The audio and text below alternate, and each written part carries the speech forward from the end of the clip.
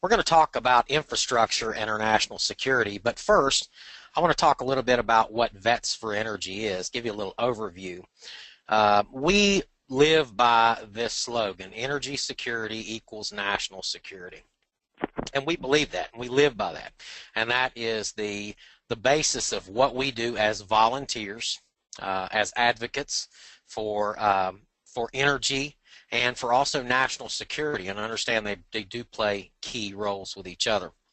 We understand we need all sources of energy. We have to be very realistic and understand that we're also very dependent on oil and natural gas, and will be for decades. Not that we don't support, as a matter of fact, we do support alternative fuel sources. As a matter of fact, the people that we work with contribute about $1 billion to renewable energy research each year. So it's an all the above energy opportunities that we're looking at. The question is will we get our energy from North America, or we're going to get it from someplace else? And that's the big question that we need to ask ourselves, and we need to ask our political leaders. We need to get at a point in time where we are totally energy independent in America. We're not quite there yet. We can be. We have the opportunity to be there. And when we do that, we not only are going to provide jobs in the North American energy drives, but jobs and careers for veterans. We're going to have government revenue for services and increase national security.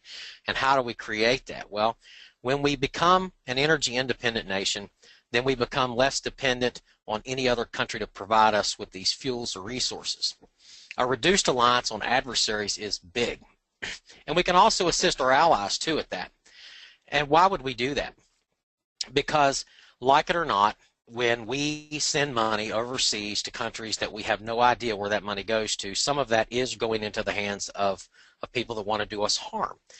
It makes no sense for us to buy the bullets for the enemy that could potentially shoot at us or our children in the future. I got 2 sons serving now, so I really take this very seriously. A stronger economy, lowering energy costs for families and businesses is critical. The Northeast, the New England states absolutely are struggling greatly. They have 53% higher energy costs. But we see that across the board. And we also see some relief in those places that have been able to bring on natural gas. Natural gas is also protecting our climate and our health. Energy carbon emissions is at a 20-year low. And you know, this is not just us saying this, but it's a lot of people that work in the government industry as well. EIA says that improving public health, you know, Carnegie Mellon has looked at that as far as our ability to be able to breathe and to be able to enjoy life a lot better. Natural gas is going to provide that for us. Supporting renewables. You know, while we're supporting renewables and working on renewable energy resources so that we can have a totally renewable country and world at some point in time, decades from now, we're keeping the power on using natural gas. And we're also increasing our military strength. And how do we do that? We do that primarily with oil. The oil industry is very, very important to the military for many reasons. So anybody that's served understands that everything that we have requires some sort of a petroleum-based product, from small engines to large engines to the M1 Abrams battle tank to your rifle to the 9mm pistol. We need petroleum products to keep those things functioning. And halting funds that could flow to terrorism. I think this is probably our biggest and loudest key message that we put out. So when we can stop the flow of money going to terrorism because we're no longer buying fuel resources from other countries that could potentially fund them, then we're doing ourselves a favor, and we're essentially saving lives. And we're also saving the lives of other people. But we first want to talk about energy infrastructure. And today we are very fortunate to have a good friend and a colleague of mine, Tim Smith. He is the Regional Director for America's Energy Forum. And Tim is going to talk about infrastructure development. And Tim, without any further ado, I hand you the floor. Thank you for being with us. Thanks, James, and I'm happy to be here today, and thank you all for taking the time to listen in on the webinar today. Chandler, next slide, please. So what we want to talk about today is energy infrastructure, in which it includes many delivery mechanisms to transport oil and natural gas. And sometimes we hear a lot about pipeline, but within the whole system, there's storage, compressors and pumping stations to move the oil and gas, natural gas through the pipelines. And like we talked about before, roads and bridges for the transportation, rail, marine, and marine is becoming an ever important part of the infrastructure because of the LNG export terminals, which we are building to be able to export natural gas. This next slide is the map shows in natural gas pipelines in the United States. We have more than 300 miles of natural gas pipelines in place, and one of the important things to remember about this 300,000 miles is that 99% of the time we have a safety record, which means reaching the destination, natural gas reaches its destination safely 99.999% of the time. So it's really a safe way to transport natural gas and also oil. So what this, if you look at the Great Lakes region, you have the Marcellus and Utica shale regions. And within that, there's a huge oil reserves, natural gas reserves, but it's very complicated to try to get it through the system. And if you see the other three outliers, those are three areas in the country where we desperately need to build infrastructure to be able to move energy, natural gas, and oil to those areas of the country. And just like we have on the slide here, the Northeast is impacted, probably one of the highest areas, like James talked about. For instance, gas is still, and this is crazy. I shake my head about this, but some of our oil and natural gas that the Northeast region receives is shipped from and imported from other nations. Even though we have an abundance of it, we can't get it there. So if you take a look at what's happening in the Northeast, just as an example, 53% higher electrical costs, like James had mentioned. Gas prices are 28 to 36% higher, and industrial needs are 2 times.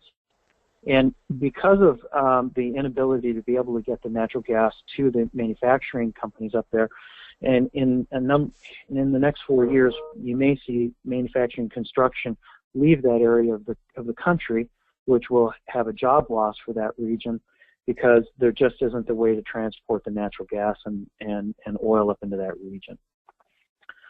And then why don't we go to the next slide, please?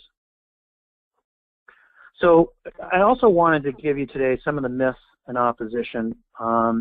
There's a lot of things that our opposition throws up on the wall to say that, to really scare people in that aren't associated with the oil and gas and trying to stop us build these pipelines. And so these are some of the myths that are up there. For instance, pipelines aren't safe.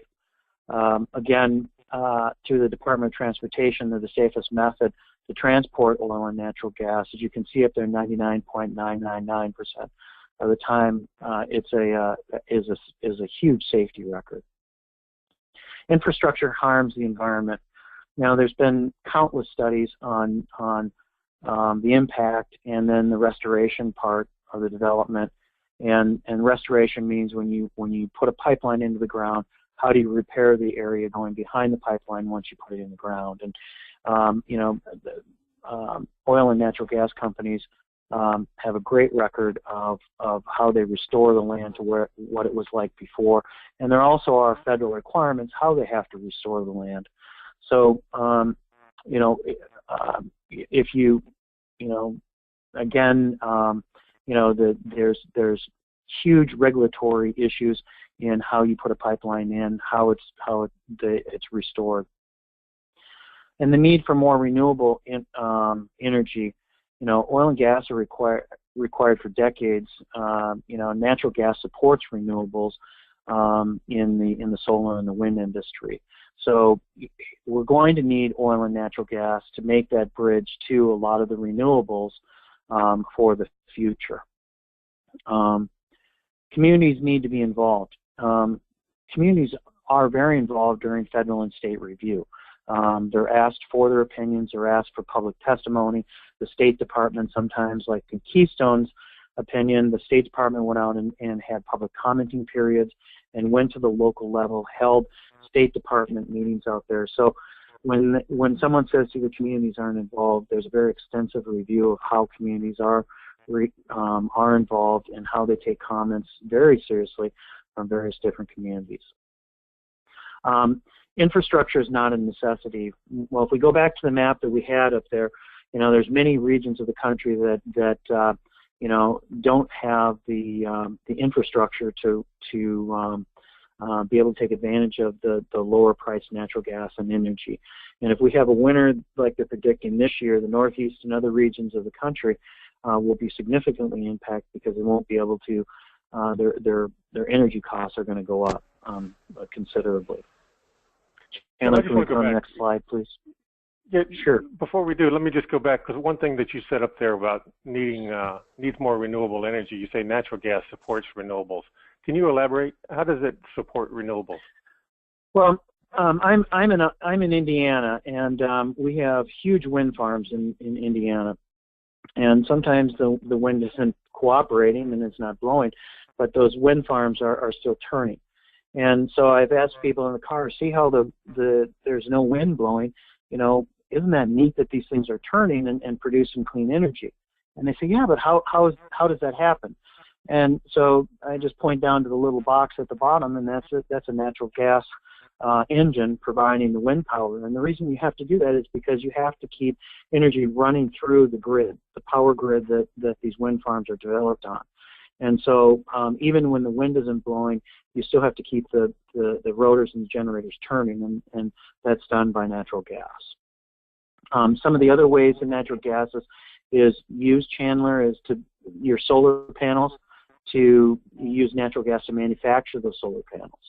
So in every aspect of the renewables, you're using, like you started this conversation, and James, how you talked about using the manufacturing process for new green technology. You usually use natural gas to manufacture those goods. Okay. So infrastructure, the energy infrastructure, we deliver clean and affordable sources of energy to these areas that benefit every American wherever they live in the country. And these are really positives to what the renaissance of natural gas has helped create in this country. But keep in mind that if we don't have the infrastructure to be able to deliver the natural gas, these are some of the things that potentially could suffer because of that. So advanced U.S. manufacturing jobs, we have a lot of manufacturing being brought back onshore because of the lower cost of manufacturing today because of natural gas. Building infrastructure is going to create new jobs and careers, and that also includes veterans, and we'll talk about that.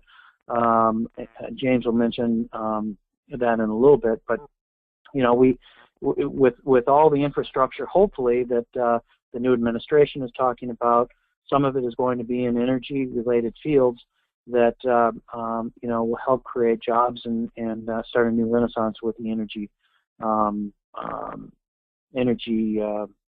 sector in our country.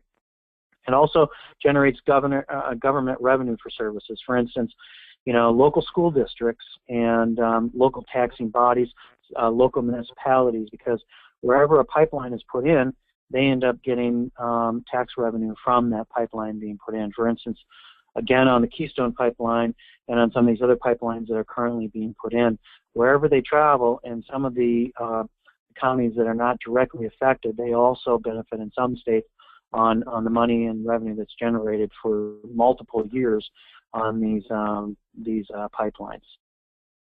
And then it also increases U.S. development and energy security. Like James had talked about, if we're able to build the LNG plants, if we're able to build infrastructure so we can export more of our oil and natural resources, the natural gas, that only helps strengthen our partners across in Europe and other areas that they're feeling the squeeze from other countries. So, we can help energy security. We don't have to, and the other example is, the Northeast wouldn't have to import natural gas from other countries, sometimes not friendly countries to us. So, it really helps our national security. Chandler, and then James, I understand that you guys have the Vets4Energy job site, so I'm going to turn this back over to you right now to talk about the Vets4Energy job site. Thank you very much, Tim. That was very informational, and I know that I really appreciated it and learned a lot from your discussion. Let's talk a little bit about Veterans Energy Pipeline.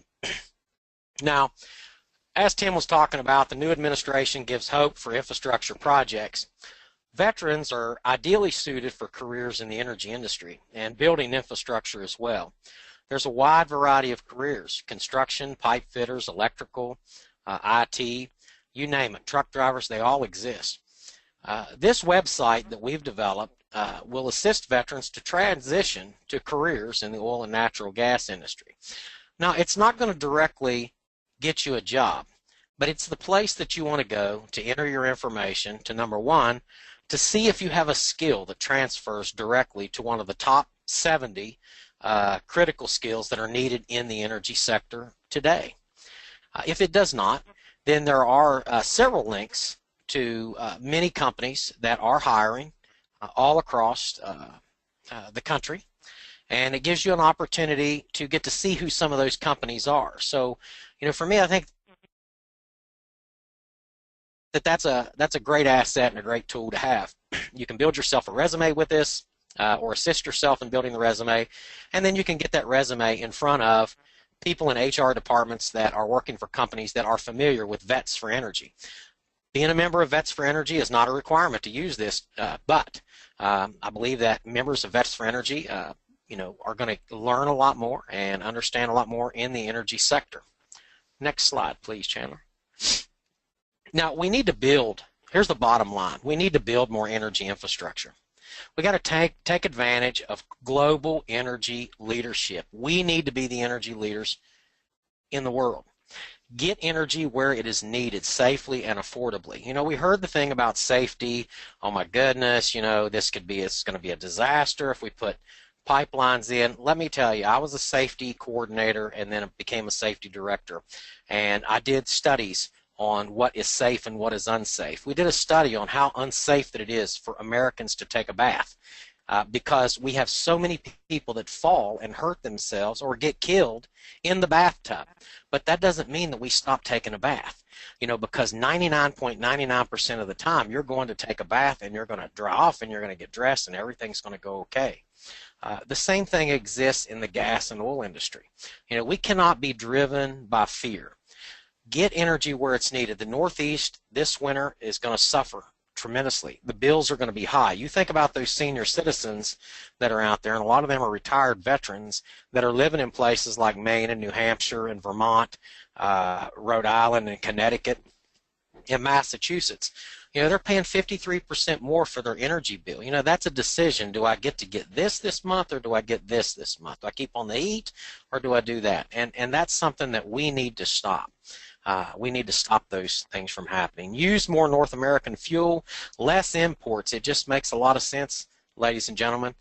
Generate government revenue for veteran services. We generate government revenue. There's taxes that are going to be paid on this energy and on the construction projects that are going to go into programs for the VA and jobs programs for veterans. And we build the careers for veterans. No one's going to give us nothing. We've got to go out and be solid advocates, for America. And that's what this is all about. It's not just about gas and oil. It's about selling the fact. The truth of the matter is that when we import energy from foreign entities, we are potentially funding our enemy, the terrorists. When we do that, we are taking jobs away from veterans because we don't give them an opportunity because it's being produced someplace else. So let's build these careers together. Now, I'd love for you all to join Vets4Energy. You can go to Vets4Energy.com and get involved. You don't have to, but this is what you can do. Send a letter to your member of Congress. voice support for more energy infrastructure. Voice your support for what Vets4Energy is doing. We're not out here as a bunch of paid hacks. We're out here because we really believe in what we're doing. All of our state chairmen are volunteers, and they do this because they love their country and they love what we're doing. So let's get involved. And you can always click Take Action. We have a Take Action button on our Vets4Energy.com site. Take action. Write the letter. And you can also contact us at info@Vets4Energy.com. And with that, I'm going to turn it back over to Chandler, who's going to take your questions. And we did get a few of them in. So let me jump right into it, because we got 3 or 4 that came in about jobs. And it looks like, let me just say it this way. Are there a lot of energy jobs available now? Or are you talking down the road when you guys are talking about jobs? Let me turn that one over to... Go ahead, James. Let's start with James, because you've probably talked about it several times. Well, the reality is that unless we have something going on, then the jobs are not going to exist. So we do need more infrastructure development. We do have jobs that are available in the industry right now. You have to seek them out and apply for those jobs. We try to make that a little more easier for you to do with our Veterans Energy Pipeline site. But the truth of the matter is that without infrastructure development and without us going out and improving and taking advantage of the beautiful, wonderful resources safely that we have, then you're not going to see that huge growth in jobs. So it's going to require action. So yes, we have jobs now, but we also could have a whole lot more jobs in the future if we could work together and do this right. Okay. Tim, Yes. what's actually holding up new infrastructure development? Well, there's a number of things. Federal regulations, state regulations. For instance, there was one pipeline in the Northeast that recently was held up by the Public Utilities Commission in the state. And then also you have local activists that now the activists have in opposition have now moved down to the local level. So, for instance, we have activists that are opposing us on a local level, local bans on specific things like compressor stations or pumping stations, and that really stops the entire project.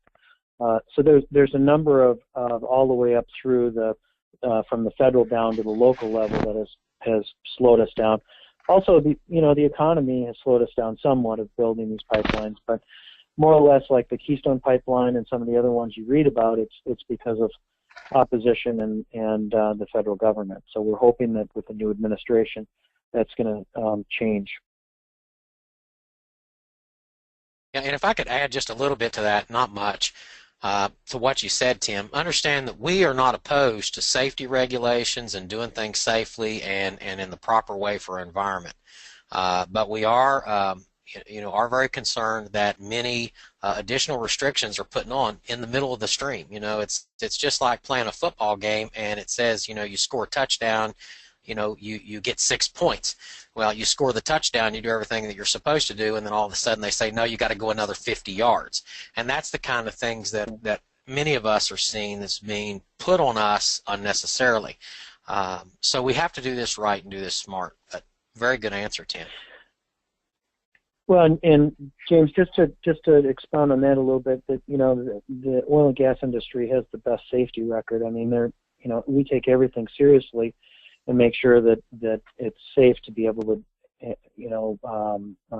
pull it out of the ground.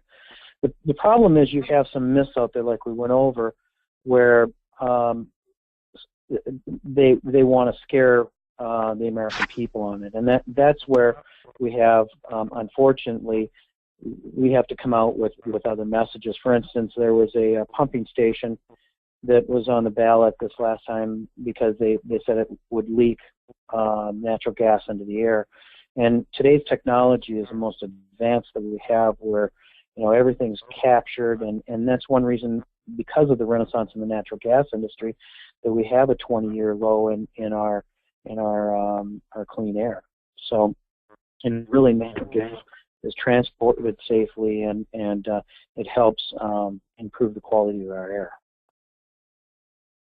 Kind of funny. I was walking around with my kids the other day, and we noticed the little signs when you're walking across a sidewalk that says "natural gas line buried here." You know, it's kind of a caution: do not dig.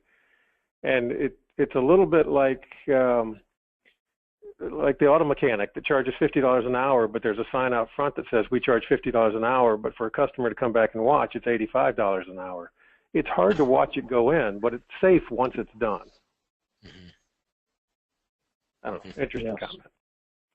comment. There's 3 questions that came in. One's talking about river crossings and how they do that, and one about farms and why farmers are concerned about it going across their property. I know we can't get into individual things, but is there any blanket statement, Tim? You kind of talked about the reclamation process, but can you go back through that again? Well, before you even file for a permit to put a drill bit in the ground, there's over 53 regulations that you have to, and permits that you have to file with the federal and local governments. And so there's regulations that once you start, before you even put a backhoe in the ground to dig for the pipeline, you have to go out and meet with the residents and explain to them and educate them what is happening. You go through public hearings before you ever put a new pipeline into the ground. There's a lot of discussion before a backhoe, like I said, is ever even, the first backhoe is starting to dig to put the pipeline in. So there's all of those regulations that have to be approved before you can do it. And then the second thing is there are regulations of how you have to return the land back to what it was before you started digging. So, again, there's all along the way, there's federal and state and local regulations that you have to abide by.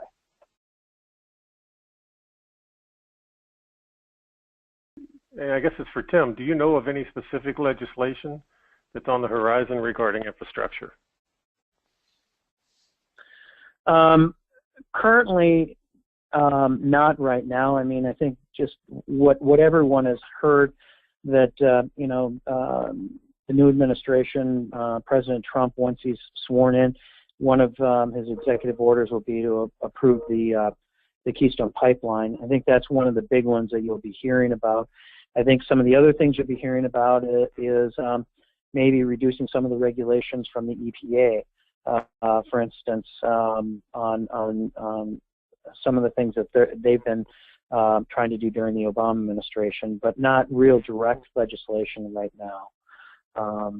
And that's until we see how the administration progresses, we're not really gonna see legislation out there at this point.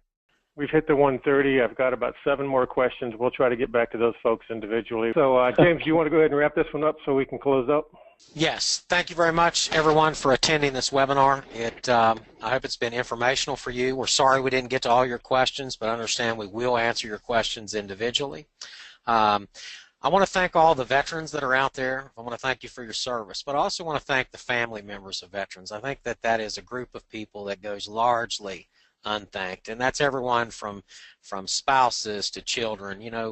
Without you, the service member couldn't do the job that they do. So we're very thankful for you as well. And we're thankful for the concerned citizens that are out there that care enough about your country and love your country enough to be involved in things like infrastructure development for energy and truly making us an energy independent nation so that we can have the strongest national defense and national security posture in the entire world. Thank you so much for coming, and visit us on Vets4Energy.com, and every one of you will have a great day.